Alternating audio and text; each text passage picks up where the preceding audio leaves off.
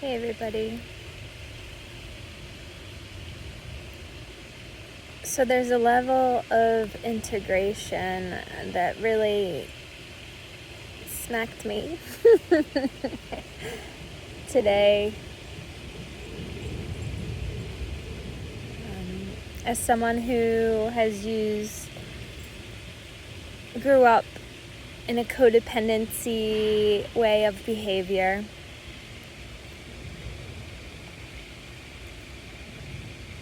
there's this idea of when you make choices, right? A lot of times from a codependent mind, the choices you make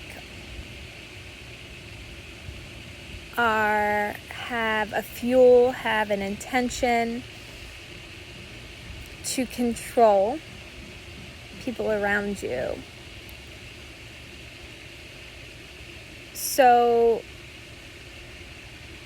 Which is a form of manipulation. And when I say manipulation, that's a very charged negative word when a lot of us, that's how we learn to operate. And it's the rewiring of that comes with healing. And so honoring that sometimes boundaries can be used as a way to control other people to make the right choice. And this all going back to controlling how other people respond.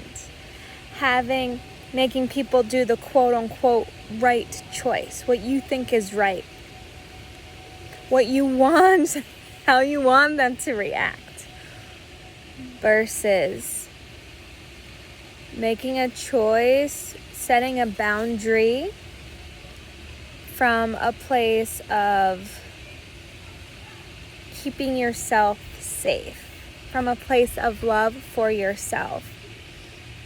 And I know for me, when I'm in connection with people, I really honor and love when people can verbalize their boundaries, because sometimes I perceive a lot of information and energy, and when people can verbally be like, hey, actually, no, that hurt me when you did that, or, I'm actually not going to do that today because that would cross my boundary of time for myself, time for healing. And I really honor and appreciate the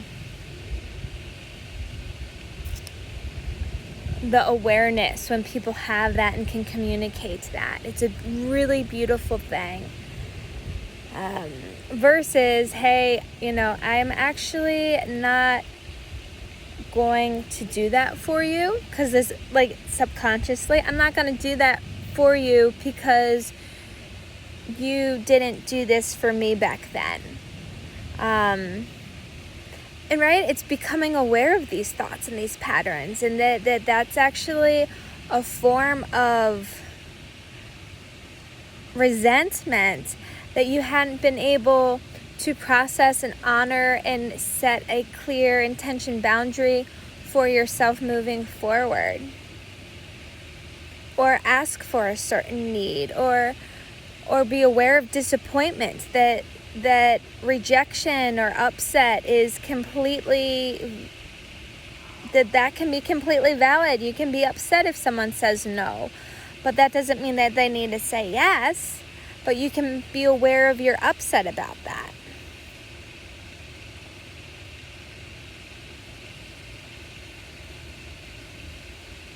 And, maybe there's a need that you need to get, and this individual is not able to have that need for you or that want.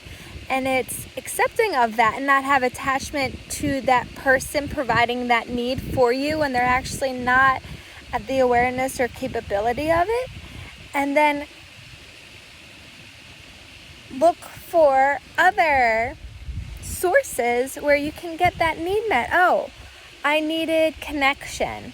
That person wasn't able to provide it for me. Okay, where can I find connection? Where can I get connection? Where would that be a healthy place for me to get that resource, that need met, without guilt tripping or forcing someone to be other than where they are, because that creates resentment and a harsh connection on both ends, and it's really not fair to either person, because another person, the person who's not what the other individual needs them to be, they feel inadequate, and that's not a safe space to be accepted for where they are. And since change comes with feeling loved and safe, right? It's the trying to force someone to be somewhere where you want them to be for you, to have that person for you to have that's an attachment to someone, to a specific person, versus understanding that there is a plethora of people out there, that there's more than what you may perceive that's right in front of you.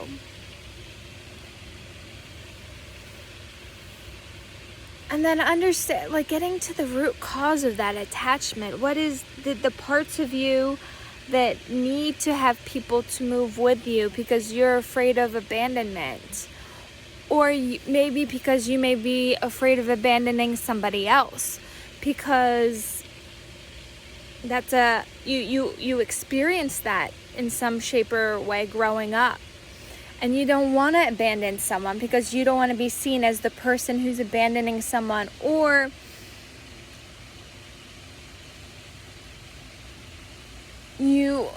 and there's a sense of guilt with moving beyond.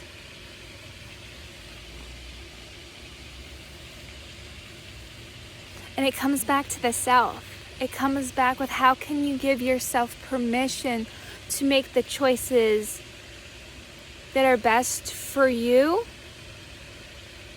and trust that other people are learning and need to make choices that are best for them.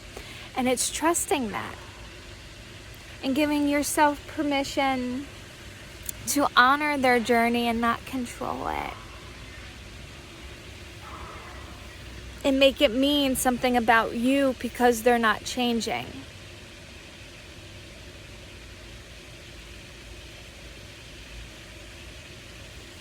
Oftentimes, if you're in a household where you learn to regulate through controlling and making sure everyone's regulated around you,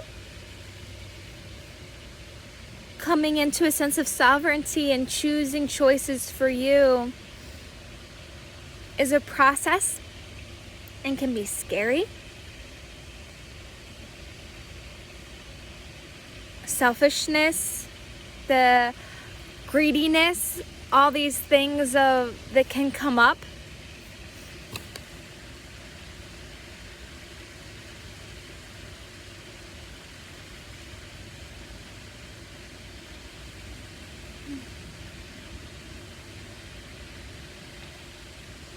And that learning to make choices for boundaries, love for yourself versus for control. Care, not control is a phrase, trauma-informed phrase that they use at a nonprofit that I worked at. And care for yourself instead of trying to control others, right? Speaking truth because it's truth for you because you need to speak it, versus trying to speak truth or speak something in a way that manipulates someone's actions so you get the outcome that you want or that you need, from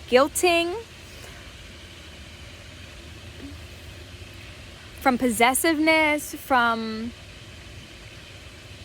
needing to dictate someone else's actions, so you have a sense of safety,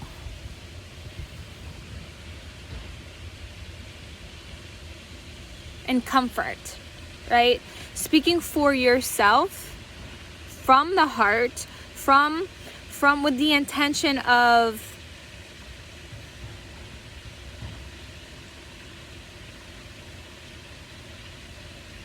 truth, your truth, having conversation with another where it's like, hey, let's talk about this. Let's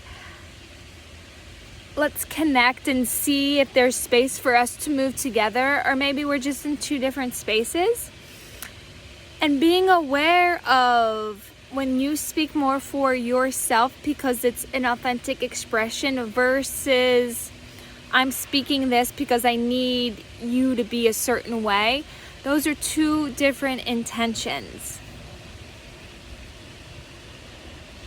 And to allow the other person to show up in whatever way that they are authentically.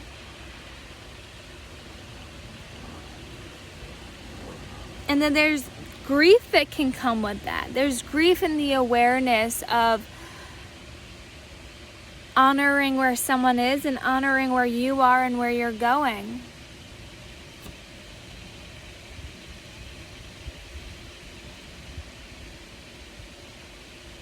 And that your job isn't to you are your number one priority.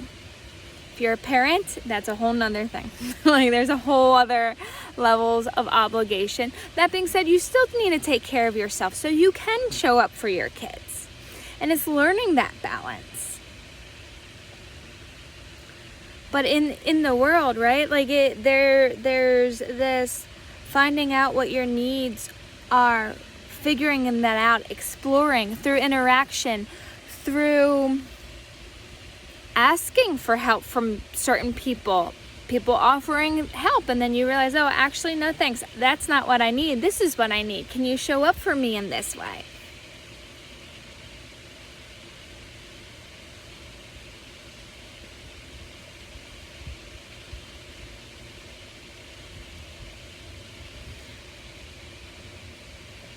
And being present to that.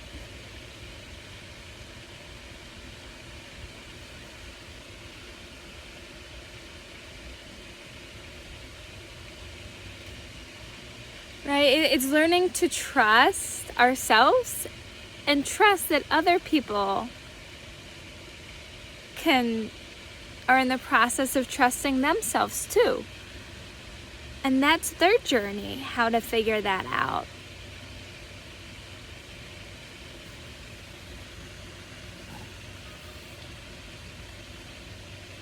As I'm saying this, there's almost like a relief that I'm feeling in my heart.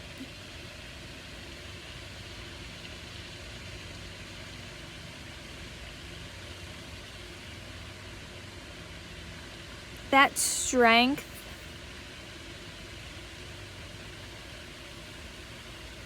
is there for other people too, when they're ready to step into that.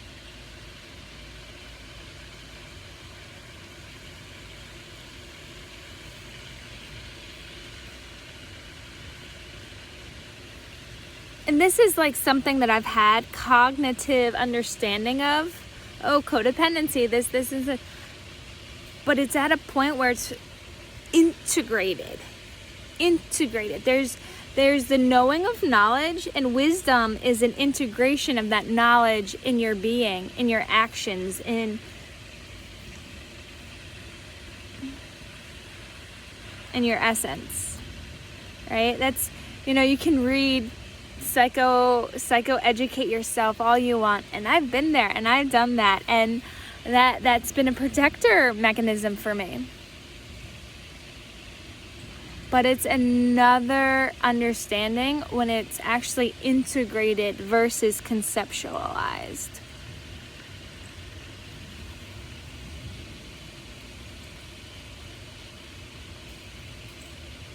Because the mind tends to use these aspects as a way of protecting good or bad, or, hey love.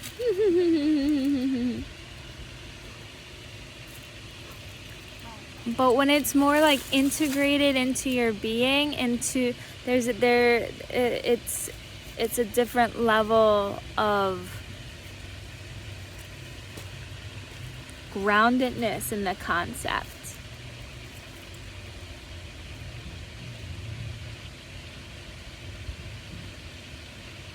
The layers. There's multiple layers that it comes into, right?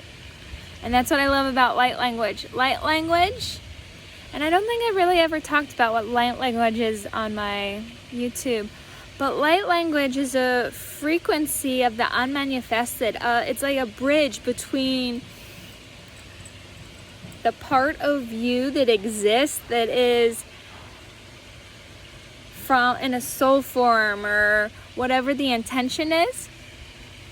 For example, if you want to embody your power, and there is a light language attunement that holds that power for you, right? Feeling that, listening to that, having that frequency through your ears into your energy field, then your energy alters because you've experienced that energy in an embodied way. And then going forward, one has inspiration that guides them to embody that level of self in the physical.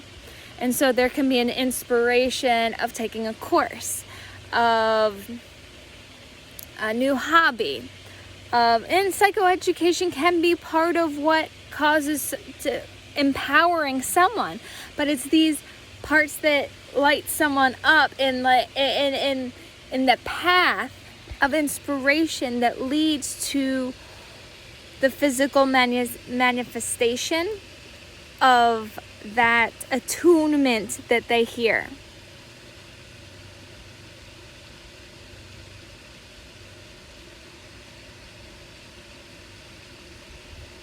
And that's why a healer, we're all our own healers. We all have a healing aspect. But there are some that have chosen to walk the path ahead of others. And so they hold a frequency of what other people are trying to embody.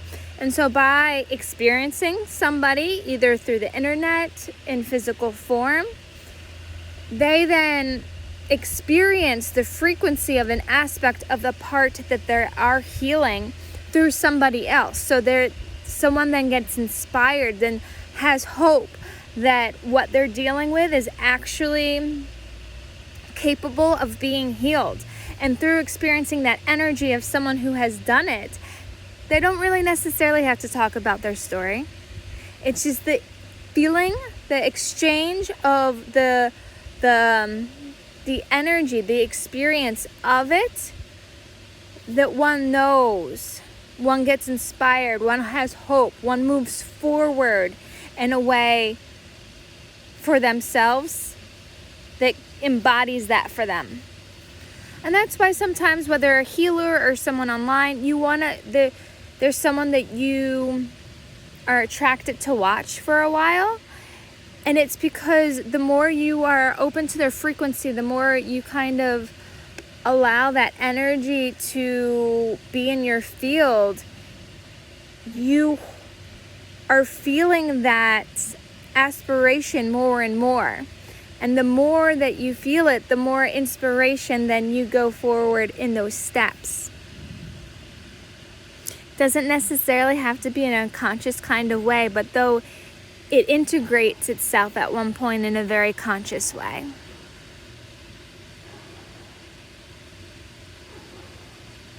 And so if you get inspired to watch somebody,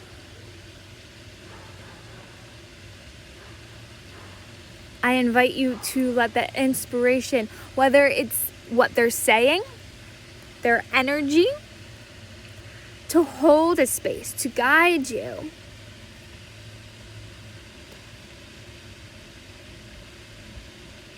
And when you working one-on-one with a practitioner allows you to even take a shorter cut to that gap of integration. Because a lot of times when you work with somebody, they can help you pinpoint exactly where it is. And healing happens when there's a wound. It means there's a part of yourself you disconnect it from. And the healing aspect invites that part of you to come back, creates a level of safety, invites that part of you to come back and be integrated, moved through, and then honored it back into your life.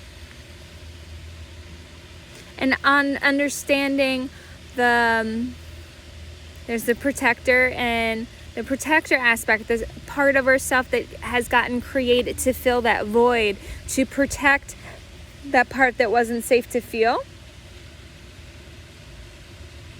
And we become aware of these parts that we don't like about ourselves anymore, or habits or aspects that we would like to transform. When there's an awareness of that, then it's an invitation to look at the deeper cause of what is causing someone to be codependent, what is causing someone to be in addiction, what is causing distraction from self.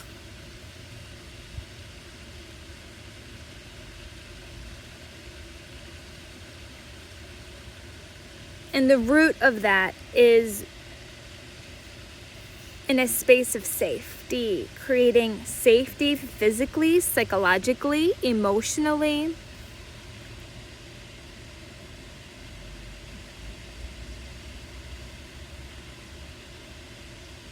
Spiritually.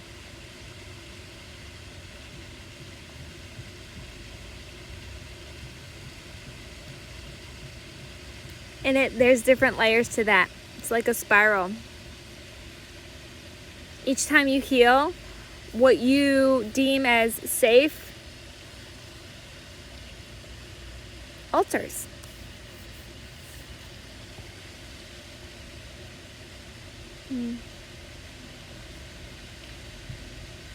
Your needs change.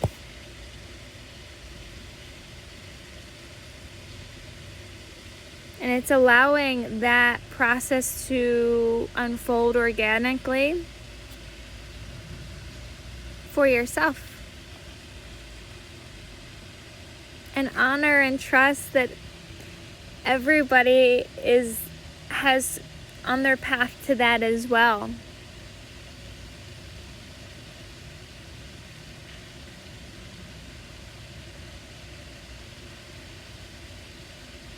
And when you're able to hold accommodations for somebody else where they are, that's beautiful. From a place of love versus manipulation or control, from a place of non-attachment.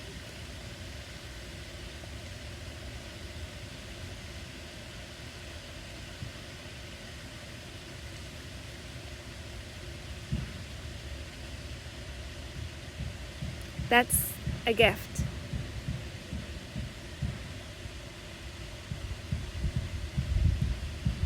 So yeah, that was medicine that came through very strong for me today.